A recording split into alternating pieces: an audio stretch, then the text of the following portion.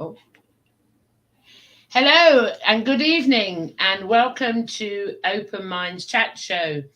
Um, I have a wonderful guest this evening. I was thinking of something else, that's why I'm giggling. Who's been on Inception podcast. It's a lovely Jill Hanson. However, before we get there, some self-promoting at the moment. As you're aware, I've created the Open Minds podcast.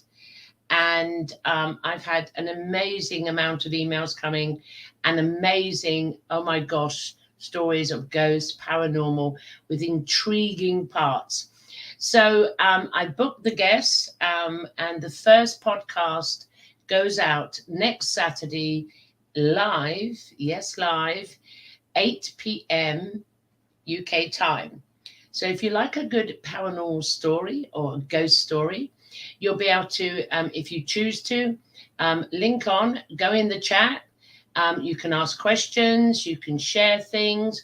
I'll be asking anyone in the chat, anyone else experienced this, and it will go from there. So I look forward to seeing you all next Saturday, 8 p.m. UK time for Open Minds podcast, Waking the Dead. Oh my God, it's going to be fun. Anyway, now I've just promoted myself. Ta-da. Welcome, Jill, to Open Minds Chat Show, sweetie. Welcome. Thank you so much, Gloria. I'm glad to be back speaking with you. It's been a couple of months. You came on Inception 8 Doors, if I remember correctly. That's correct. Mm-hmm. That was mind-blowing. The things that you came out with on that was mind-blowing. However, this evening, it's all about you. Could you tell us, where did your spiritual experience begin? At what point? And take us through the journey. And obviously in the last podcast, the title of the show tonight is your perception of the human experience and consciousness. So that will weave its way through. So where did it begin for you? It depends on how we're going to define that, because from as far back as I can remember, I have felt a very deep connection to that which lies beyond the physical world.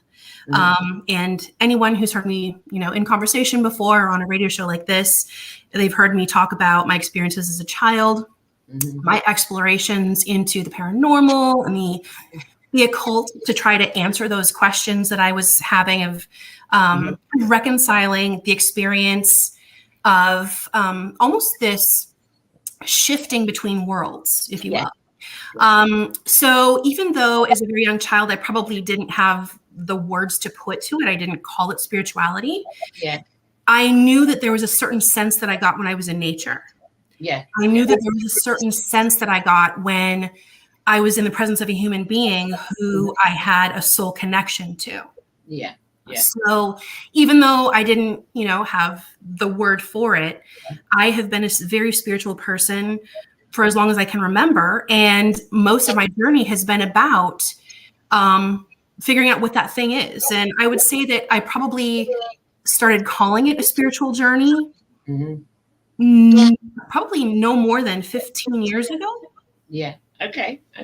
So can you share with us some, we'll start at the childhood ages and your connection to nature. Could you share maybe a couple of experiences so the audience can have an understanding of where the effect it had upon you? Absolutely. So as a child, I grew up in Alaska, and I was surrounded by the ocean and huge mountains and forests. And one of my favorite things to do was at night, and again, we lived in a pretty small town in Alaska. There was very little, what's the word? Light pollution. Light pollution. Thank you so much. So once the sun went down, it was a sheet of black with stars. And I remember laying, as often as I could, laying down with my back flat on our front deck, looking up at the sky, contemplating the vastness of the universe and watching bats fly overhead and feeling them, basically feeling these little creatures who moved so quickly, just shooting right past my face as they're, keeping the mosquitoes off of me.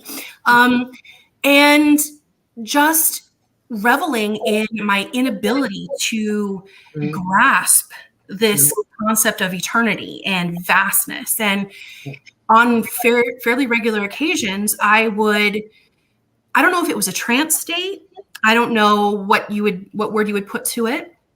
But when I would allow myself to go deep enough into, sensing or attempting to sense the vastness of space in our universe, I would have the sensation of the energetic part of me just like being pulled out through my chest and like being surrounded by stars. Wow. So there was that. And then there was also just when I was walking through the forest, there was just a sense of the wisdom of trees. Yeah. And through my consciousness research, I think one of my favorite avenues of exploration is planet consciousness. Yeah. And I know that the majority of people probably view plants as the lowliest thing because they can't talk, they can't speak, they can't move. Most people don't perceive them as thinking beings. Yeah. But my sense is much different than that. And for me, plants and trees have always represented and I've had a felt sense that they were pure consciousness. Yeah, I can relate to that. And it's synchronistically recently in the groups that I run, many of the participants in the groups over the last few months, they never thought that plants and trees were living conscious beings. And now they are going through the most beautiful experiences and sharing them. And so I personally have had those experiences. So I so resonate with that. It's a real eye opener when you literally, for example, a tree. You used to see a tree, an object, a tree, and then when you shift past that, you can label it a tree, but you see it as call it a conscious entity. Or yes, absolutely. Is that how you? Absolutely. And if you're someone who is able to quiet your mind and just put your life experience kind of into the periphery and just be truly present in a forest, it's remarkable the energetic sense of these beings around you that you're that you can tune into. So can I just say, what age were you round about this when you were going through these experiences? What age? Wow. Let's see. It's pretty much as soon as I was old enough to talk, I was playing in, the home that I lived in. Again, I lived in a fairly rural place in Alaska. We had a huge forest right behind our home with a creek. We called it a crick. But the crick was back there. And again, I was growing up in the late 70s and early 80s when it was safe to let your kids just kind of free range. So as soon as I would say maybe even as early as 7. Yeah. My parents, like as soon as I got up in the morning, and if I didn't have to go to school, I was getting dressed out the door, and my parents wouldn't see my brother and I until they called us in for dinner. I'm with you. And it was like, in one form or another, we were in nature. We were either down at the beach, reveling in just the feeling and sense of being next to the ocean, or we were playing in the forest and communing with the trees and building forts. And So would you agree if because I'm getting the picture now, like you were nurtured in nature from the get-go, so to speak. So without all the other sort of social determinants and belief systems and programming, there still is somewhat, but so you were nurtured by nature. So if we go, at what point did you really, I'm really want to go to your teenage years, because that's normally where most of us on our journey, I mean, especially where many of us sort of go a bit wild somewhere, or some people are later on in life. So in your teenage years, how were you expressing this? Did you have an awareness then it was spirituality, or were you still just moseying through and experiencing being a young girl and secondary school? We call it secondary here. I don't know. I have no idea. High school, I'm assuming. High school. Okay. So again, I don't think at that point I was calling it spirituality, but I was seeking that connection to nature. Mhm. So again, one of the really amazing things about growing up where I grew up was that I did grow up on the ocean. Mhm. And I think through high school and even a few years beyond high school, when I was, in college, Mhm. my summer job was working in the fishing industry.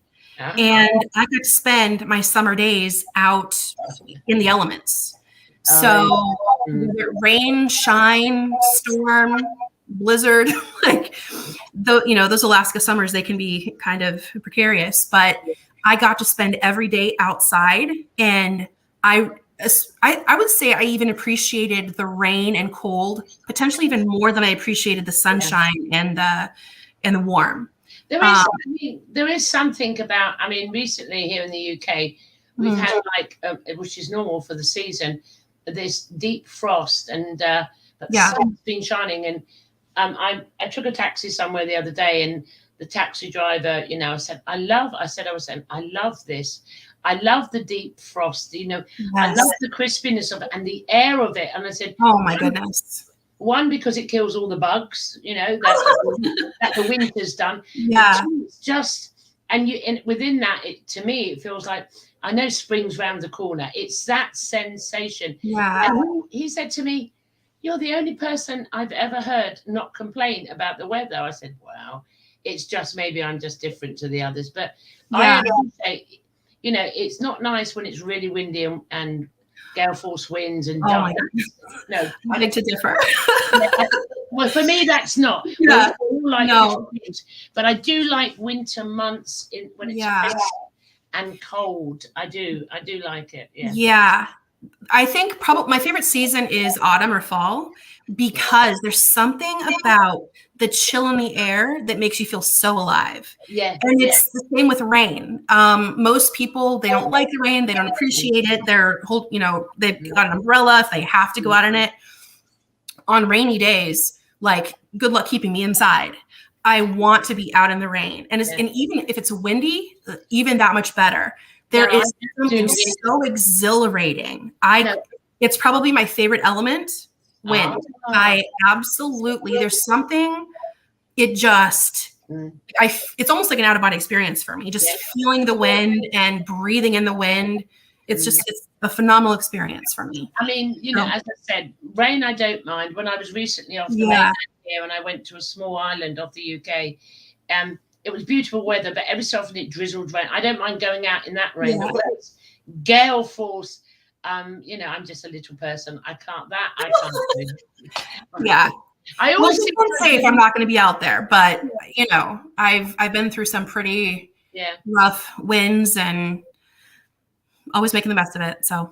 So we're now going past. We're going into your early 20s. You've done college. So I'm trying to find the era, so to speak, where things really, where you had this innate natural spirituality, connection to nature. Yeah. All that entails.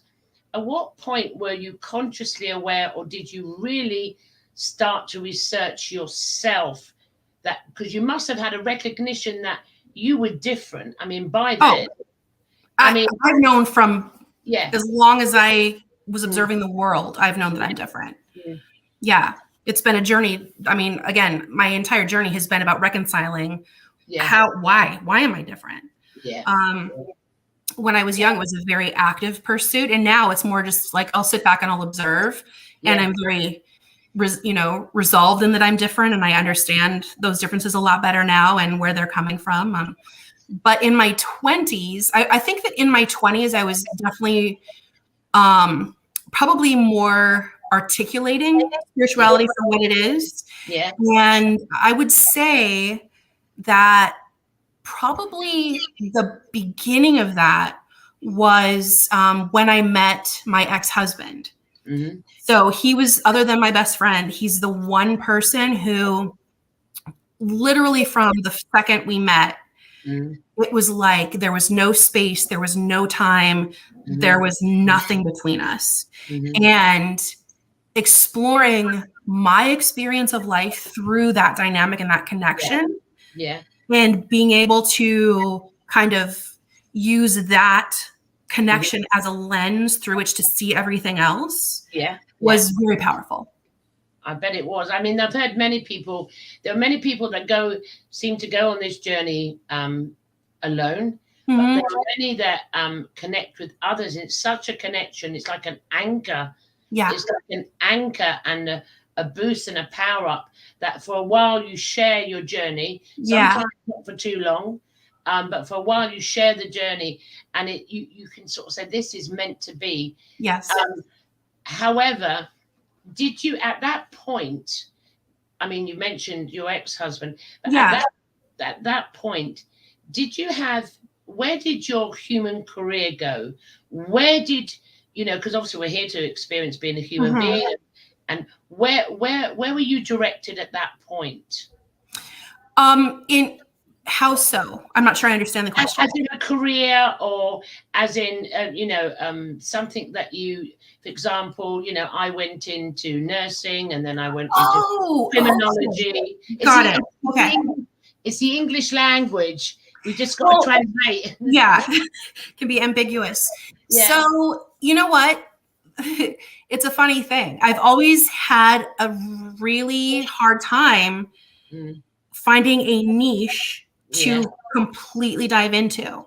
Yeah. So when I met my ex-husband, it was in my first year of college. Yeah. And at that point, I went into anthropology and art because anthropology was something that spoke to me, and art just kind of was a no-brainer for me because I've always been artistic and creative. And I figured, if I'm going to do something for the rest of my life, that's probably a great option. It can be livable. Yeah. However, it didn't feel right per se. So I was just, for a very long time, I was just kind of floating around. And then I added physics as a second, kind of subdegree, and it complemented my other studies. And so that felt better, but it still didn't feel quite perfect for me. After that, I was kind of, I would say almost professionally in survival mode. So I was the one who worked while my husband at that point went through school. But as what is true now was also true then, which is I've always invested a lot of time in my own personal interests and fascinations. So while he was in school and I was basically paying our bills, we were very actively pursuing our interests, both together and separately. And there was this very big, if you imagine a Venn diagram, the space where his interests overlapped mine was huge. And it was this space, it was the liminal, it was what's beyond this physical world. And we pursued a lot of really fascinating experiences together and had a lot of really fascinating experiences together, both intentionally and just randomly unintentionally. So I would say, even though, professionally speaking, I was just kind of bouncing along, just like a little pebble, I was building toward making those first steps toward making these fascinations and my interest and my, the gravity. Did you find anthropology and the physics assisted you in these experiences? Physics, absolutely. Anthropology, no. So the thing with anthropology, so first of all, let me say, I love science. I've always loved science. In its truest form, I love science, and I've always considered myself a scientist. What I learned in my anthropology courses was that the field of science, or the fields of science, the discipline of science, is not necessarily true to science. And at that point, I completely lost interest in anthropology as a discipline. So I've always had a fascination in people and the experience of people. And that's why reading biographies and autobiographies have always been, they've had high nutritional value for me. I love, love, love learning through the lens of other people. I so resonate with that. That's why I do the shows. That's how it's so gratifying. It's just it's a very because I'm being fed Exactly. That's exactly right. And I don't care who you put in front of me, how, and again, we all make horrible, predeterminations about who a person is or what they've experienced based on what they look like. Yes. And I have learned over time how unfortunate that is. Yeah. The most unassuming people have the most beautiful, amazing, mind-blowing experiences.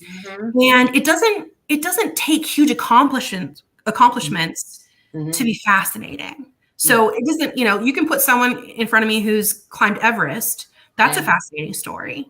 Yeah. But someone like almost like Forrest Gump's, just some regular dude off the street, just stumbled through his life and had this experience and that experience, and just listening to the way these experiences just kind of like flow and ebb and become one, and how one thing creates the cornerstone and the foundation for the next thing. It's just utterly fascinating to me. And I mean, because in the shows that I do and the groups, and I see and when I even look back on my own human experience, breadcrumbs. Absolutely. And you see how each breadcrumb, and you go, and then you see the synchronicity. Then you see how it, I'd always say in the past, hindsight's a bitch.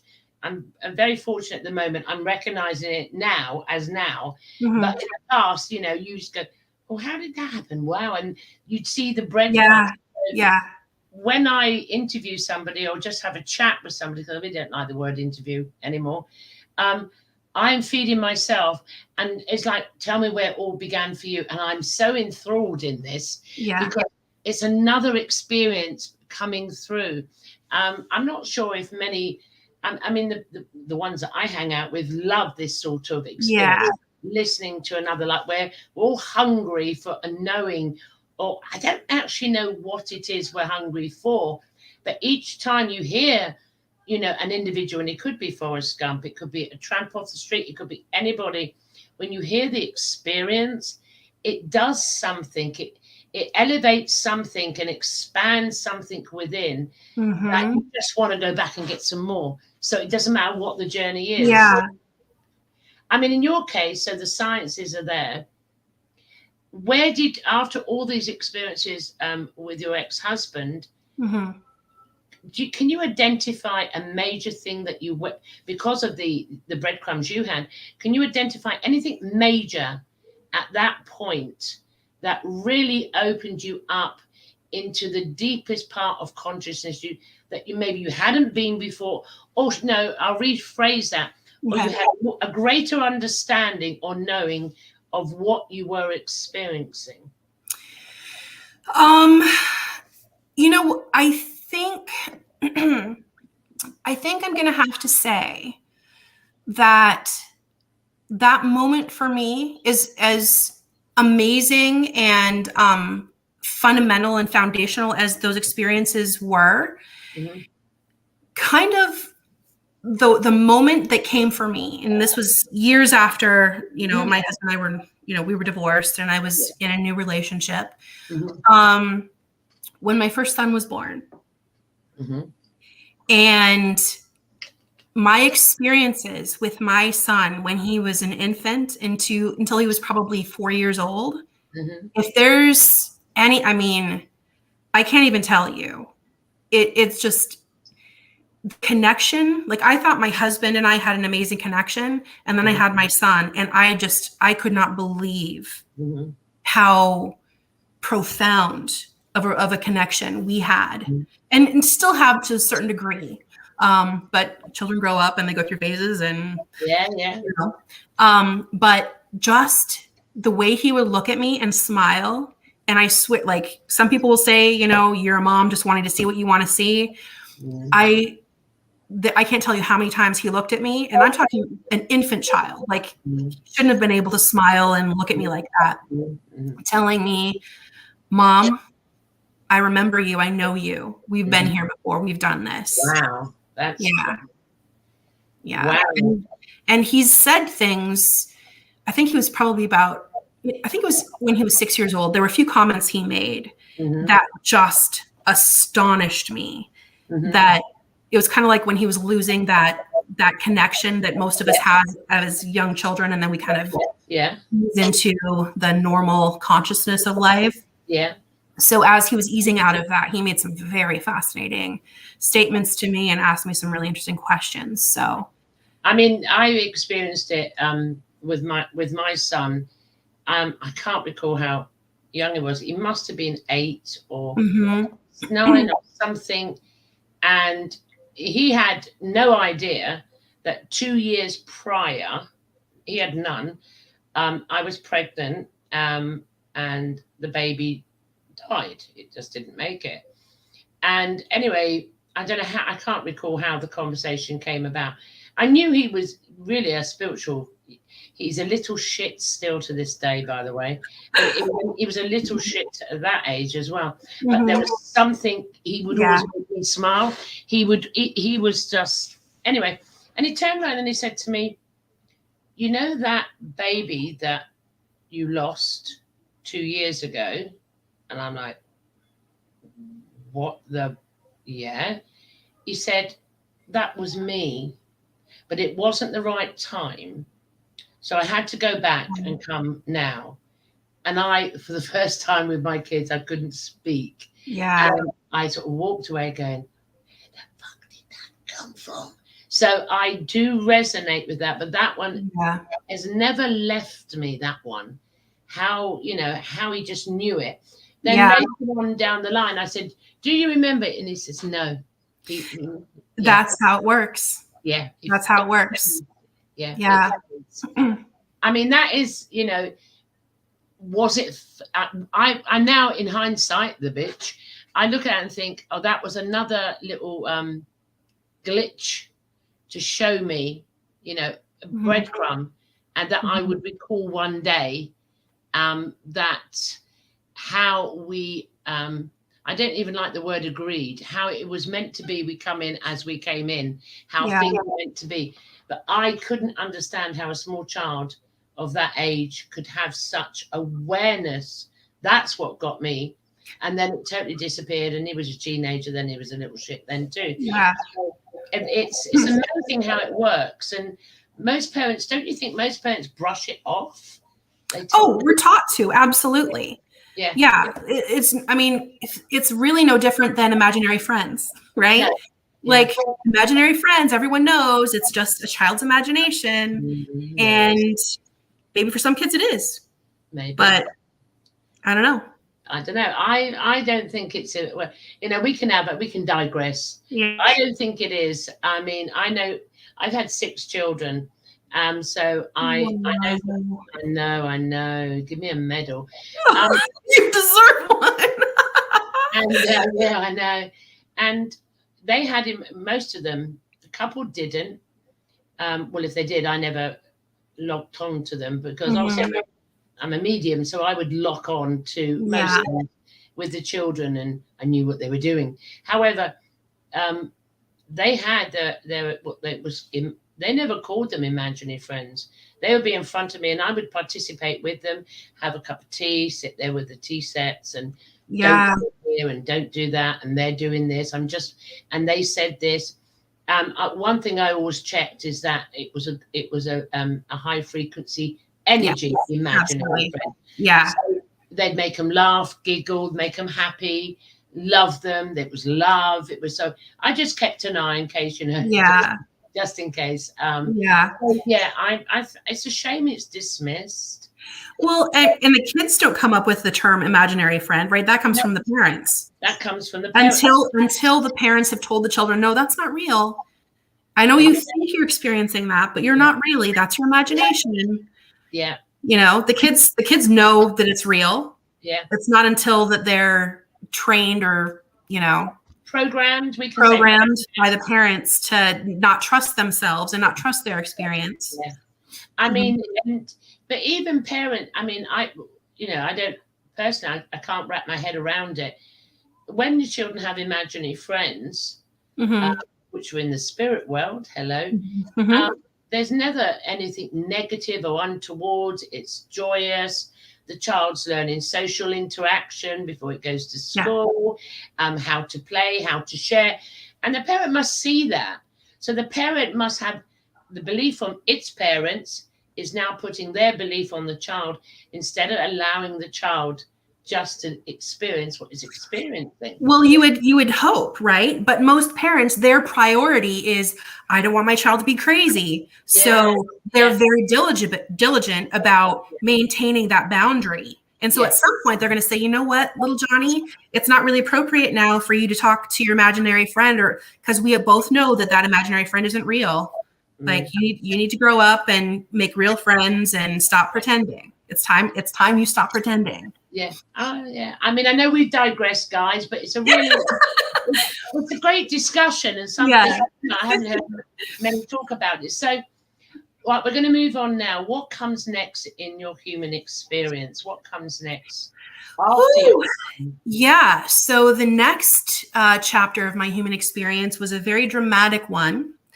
After my relationship with my husband dissolved, I found myself in another relationship, and this is the relationship I had with my son's father. I have two boys, both by this man. It was a very abusive relationship. Mm-hmm. And over the course of about almost 10 years that I was with him, anyone who's been in an abusive relationship and been the victim in that dynamic understands how completely you lose yourself. Yeah. So during that period of time, I was completely cut off from friends and family. Mm-hmm.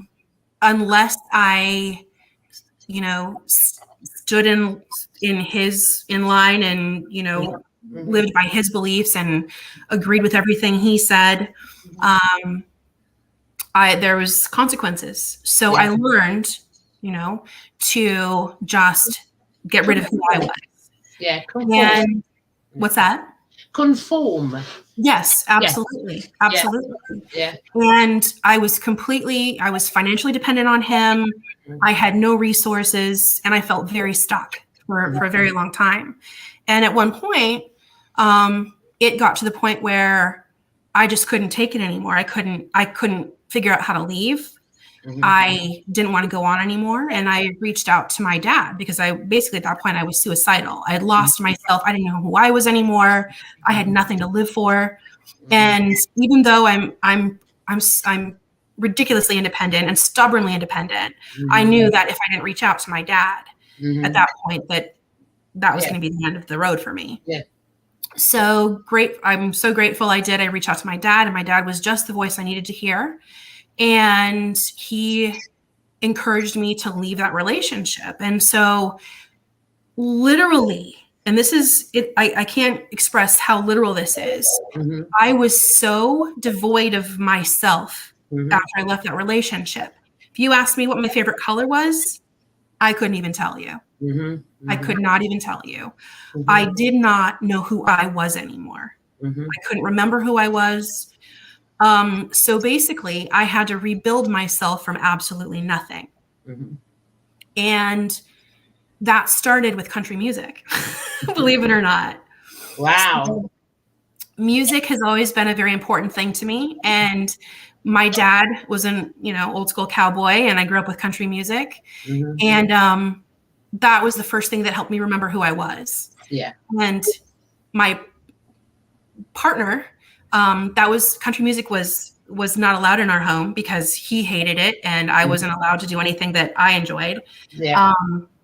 So that was the first step in the right direction of remembering who I was. Mm-hmm. And so not only did I bring myself back to where I was when I entered that relationship, but I decided that I was going to fully embrace a life of challenge. And just from that moment forward, I'm not going to stop learning. I'm not going to stop evolving. I'm going to keep growing until I know myself better than anything. Yeah. And so that's kind of, I don't know, I found my strength again. I found who I was. And it's funny because the more you learn about yourself, the more you realize there's not much to learn about yourself, because you're almost like a vessel for, creativity, perhaps. Yeah, I'm with you. And I was going to say, how many, myself included, how many people I've heard of has experienced this human experience. And I want to say hi to Gail Handley in the audience, and to watch us talk, and Maxine coming in, and Gail's been through a similar experience. Most and her daughter had an invisible friend called Billy. So there you go, love it. It's how many people. It's like when you come in, you know you're different. It's Yeah. you know you're different. We all, but my analogy is: here's an orange, cut it in half, half you, half for me. We're both experiencing eating the orange. However, we're both experiencing it totally different. So we're coming in, but when we all come in whatever way we come in, we know we don't fit. We're different. We understand more than what we should. Then we're shut down. But then many of us, for some unknown reason, go into these coercive relationships, and we're shut down, like really shut down and lost. And when we get out of that, then it's like dum dum dum dum. Exactly. And so relate to that. Yeah, absolutely. And I mean, I remember doing some research on it because I started to notice when I was on the other side of that relationship and I was rebuilding and healing myself, I noticed that so many empaths around me ended up in relationships with narcissists. Yes. And it seems counterintuitive, right? Because if you're an empath, you should be able to sense who's good for you and who's not good for you, and whatever else we're taught about what an empath is. But it's so common that when you can do a Google search right now. Psychology acknowledges that highly empathic or empathetic people regularly, if not most of the time, initially end up in relationship with narcissists. I mean, you say, the literature says it's counterintuitive. I personally don't.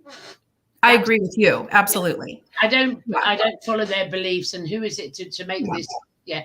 For me, that experience, however, it was quite traumatic at the time. There was something in it for my journey that it pushed me me to really open up.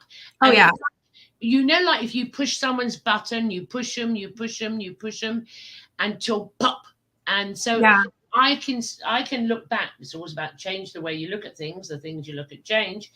I can look back and say, I went through that to open up totally. Absolutely. Yeah. He was one of my greatest teachers. Yeah. I say that, my whole experience up to, I was 42, because it started when I was born, were my best teachers. When I'm going through the experience, I had no idea. I can look back and say, I've gone through the darkest side of a human experience. I've experienced it, hence why I went into counseling, criminology, counseling of women of domestic violence and sexual abuse, and hence why I'd gone through this and I'd come out the other side. So I perceive it that way. I was and I am, I suppose, to a degree, we're all empaths, but highly because of the mediumship and everything. But I perceive it differently now. Yeah, I think absolutely. it's counterintuitive. I think it's a human experience that I experienced. That's simple. Yeah. But it pushed me to come out and realize who I was. Oh, absolutely. And, I don't know what other experience would have allowed me to understand how strong I am. Yes. I've always been a shy, introverted person, and shy introverts aren't perceived to be strong. I learned how strong I was. Yeah. I learned how strong I was. And I don't know. I think that through that experience also, my journey up to that point, yes, I was trying to figure out what it meant to be different and why I was different. But there was always kind of a piece of that, which was, I need to figure out how I'm different and why I'm different so I can be the same. Yeah. After that experience, that was no longer a factor. Yeah. I am different, and that's it, plain and simple. If you can appreciate that, then we're not meant to walk the path together, and there's nothing wrong with that. But I am this, and this is what I am, and I don't know everything, and I'm growing, and I'm, You're very polite. I'm a harder entity than you, and I just say you can just piss off, and what you think about me is none of my business. Goodbye, and I'm off. Yeah.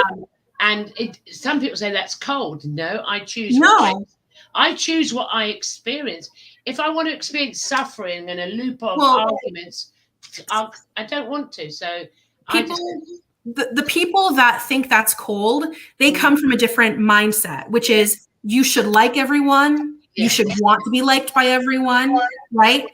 Your character is judged by how many people adore you and respect you. Oh God, yeah, the likes on social media. Oh yeah. And I'm from mindset, like, I don't like this, how I'm ranked in the physical. Yeah. Not my business. I want to be in alignment with the people that I resonate with. I want to seek out and maintain those deeper relationships. Yeah, I'm with you. Yeah. I mean, being in acquaintanceships exhausts me. It exhausts me. Can you see it's like what happens with this experience? At the moment we say it's none of our business what people think of us. We don't care, we'll walk away. That is the complete opposite to the coercive relationship we were in. It's a bit like the polarity of a relationship with ourselves. Yeah. In the coercive one, we devalue ourselves because we believe. Absolutely. And then we come out the other side, and it's not selfishness. It's I value myself. Yeah. I value who I am, and I choose to attract towards me other people that value themselves. And it's like it's exchange of energy. So absolutely. Yeah. And also it's an acknowledgement of experience and how important experience is. Yes. And I want to be like, to whatever degree I can, I want to be in charge of the experiences that I have. Absolutely. Towards the end of growth, right? So I don't mind going through adversity because everything is a lesson. Mm-hmm. And now having gone through everything that I've gone through, I see that so clearly and I feel it. And I don't know the last time I was sad. Because I agree. You're sad when you feel degraded. And rejection, I don't remember the last time I've experienced rejection because I don't perceive someone saying to me in whatever language they're able to, you're not right for me. I don't want you in my life. Yeah. Or, like however they it's if I'm not right for them, then they're not right for me by nature of the scenario. And wow, if I couldn't say thank you for helping. Would you say the major thing for to have the rejection belief was the coercive control? Because we kept in the experience, you keep trying to please, to get love, to get liked. Well, and then it's absolutely. And it's again, a loop of feeding, isn't it? It's part of the programming. It's part of the programming. Rejection means you're a horrible person. It means you're unlikable. It means you're unlovable, right? Yeah. That program makes it about you. It's a reflection of you. When it's not, it presents a relationship, right? And not everyone is on the level of consciousness where they can express or even understand that when they feel dislike for something, or they feel fear, or they feel hatred, that is a language for the universe to put them, I guess, outside of something else. I'm with you. No, I'm with you. Someone might be super annoyed by something about me, right? And they just can't get past it. And for them, that's how however they are, wherever they are in their personal evolution, that annoyance, if they can't see that as like a lesson of sorts, but that's enough to make them separate themselves from me, then that's the evolution of souls, right? Absolutely. I mean, you're sort of fully aware that, way back in the day, is someone said something, and we say they did it. They made me feel like this. They made yeah. But when you're going through the human experience, you come to the point where you go, why am I reacting at them? It's not them, it's me. So it's a process of it. And then you go to the next part, which is, I don't give a shit. It's none of my business. Bye. And you're off. Yeah. Because you've gone through that. I mean, that's not just one road. There are multiple things we have to work on ourselves. But we're just talking about, we're going to move away from the coercive control now. We're going to move on. But we've given a lot of information of how we perceive the human experience coming through. So let's jump ahead. What's next in your amazing life? You've had your son, he's grown up. What did you do? I don't know. I swear, I am in the biggest I don't know period of my life. Got it. And, I have no idea. All I know is I am moving toward taking full ownership of my life. Mm-hmm. And it's baby steps. Like I'm no spring chicken anymore. And most people want to have their stuff figured out by the time they're in their 20s or 30s, the latest, and blah, blah, blah. And you know what? I evolve. I don't know if it's that I evolve so quickly or I know an element of it also is what I mentioned earlier. What's that? You can't hear me?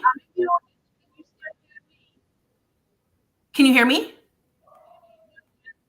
I can't hear you. It's not muted. Can you do sign language? I don't know sign language.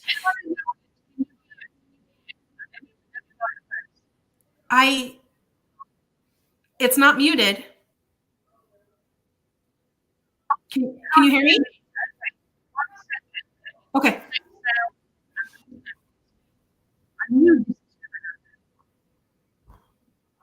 I will do that. Okay.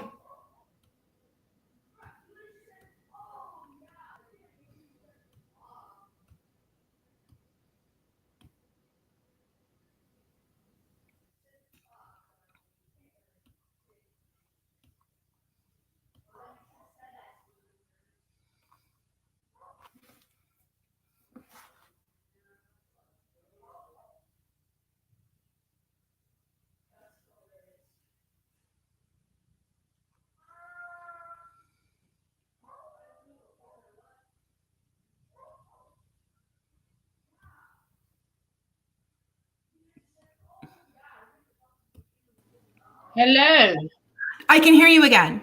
Yeah. I was going to say, as we were talking, someone was playing with my volume, and it's the energies. And I've been doing a lot of spirit work recently, and maybe I should have saged today. There's some cheeky ones around. Want some of mine? Yeah, I got some ready in the kitchen. But there's a cheeky one, and I've seen it before, and I saw that my volume was being played with, and every time I would try and increase my volume, there was a force against me. So I've corrected it. I'm back. Okay, so the last part of the show, where are we now? Yeah. So you don't know. Can I just add to that? What I've said the last month or so on shows, what I thought was true is gone. I don't know anything. I know nothing. I don't know what the truth is. I have no idea. However, they're doing it again to me. I can see that. Yeah, I see it. They're doing it again. They're playing around tonight. Stop it. You're naughty. If we get cut off, guys, I'll try and come back in. But I know it's to the completion of me, if that makes sense. Yes, absolutely. And what I know, I see the direction that I'm moving in. And it's just systematically kind of detangling myself from the normal structures of things.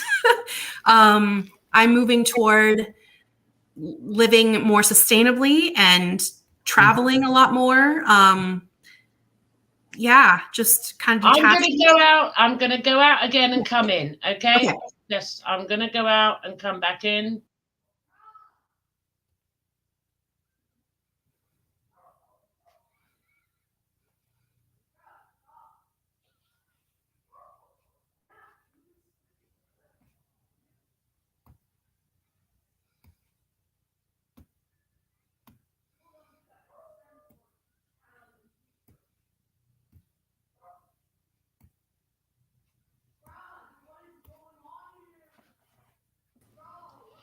It's still going. So what I'm going to have to do, April, we were coming to the end of the. Can you hear me? I can hear you. Yeah, we were coming to the end. I'm gonna. They're not gonna let me go for much longer. Everything. The camera's being played with now, as you can see. Yeah.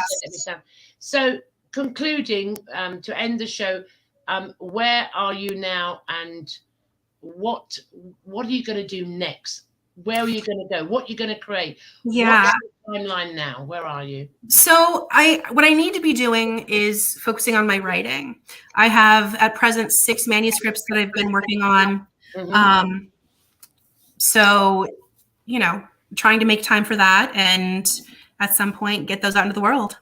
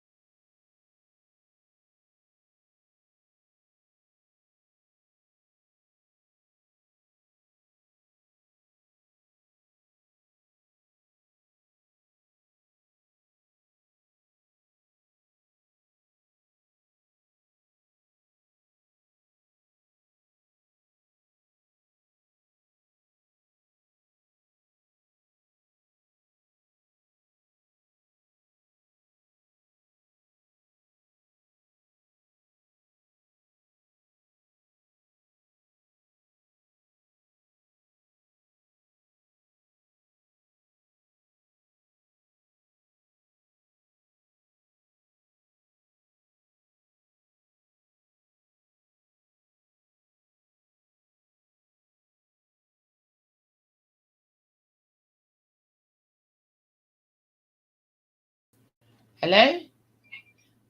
I'm back. I'm back. Okay. I'll put my camera on. Are you still there? Oh, I'm back. I hope you can hear me. Oh Lord. If you can. Hello, is there here. I'm here. I don't know what's going on, but something's going on. Let's turn this off. I was trying to call you. I don't know what's going on this evening. There's a lot of interference. I think I'm going to have to go and sage. There's a lot going on this evening. So I want to say thank you. That was a great live show. Thank you for having me, Gloria.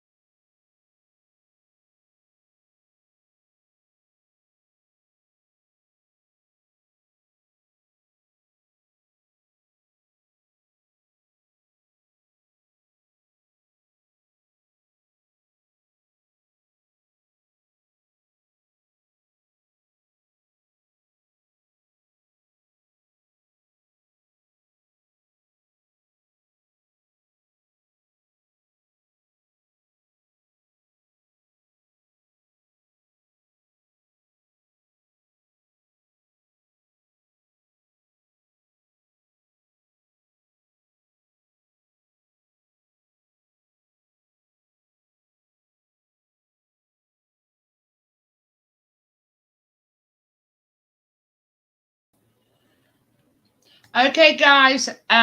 Apologize for that. We had a bit of spirit interference there. Thank you for watching the show. Thank you, Maxine. Thank you very much. Gail, hello, anyone there. So this is a little bit extra added on. Yeah, little buggers, aren't they? But it's been playing all day in the house, Gail. Little things happening. You guys know what it's like. I hope you enjoyed the conversation. I will bring Jill back at a later date, and hopefully after I'm going to go and sage this bungalow because I've got a jokester around me and they need to be removed. So thank you for watching Open Minds Chat Show. Until the next time, I'm Gloria. This is Open Minds Chat Show, and it's bye from me. Bye, guys.